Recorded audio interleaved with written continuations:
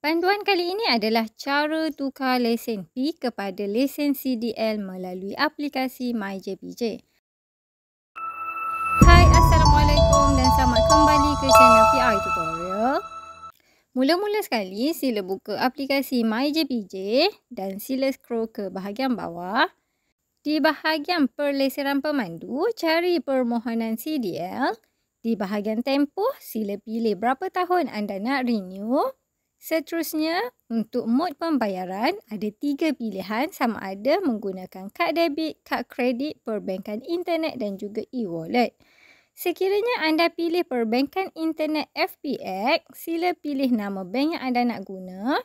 Contohnya Maybank. Seterusnya, sila klik dekat bahagian bayar. Untuk pengesahan pembayaran, anda klik sahaja ya. Secara automatik, anda akan dibawa ke halaman utama perbankan anda. Dekat sini, sila masukkan username, password untuk selesaikan proses pembayaran anda. Bila dah selesai, anda klik dekat bahagian Return to Merchant page.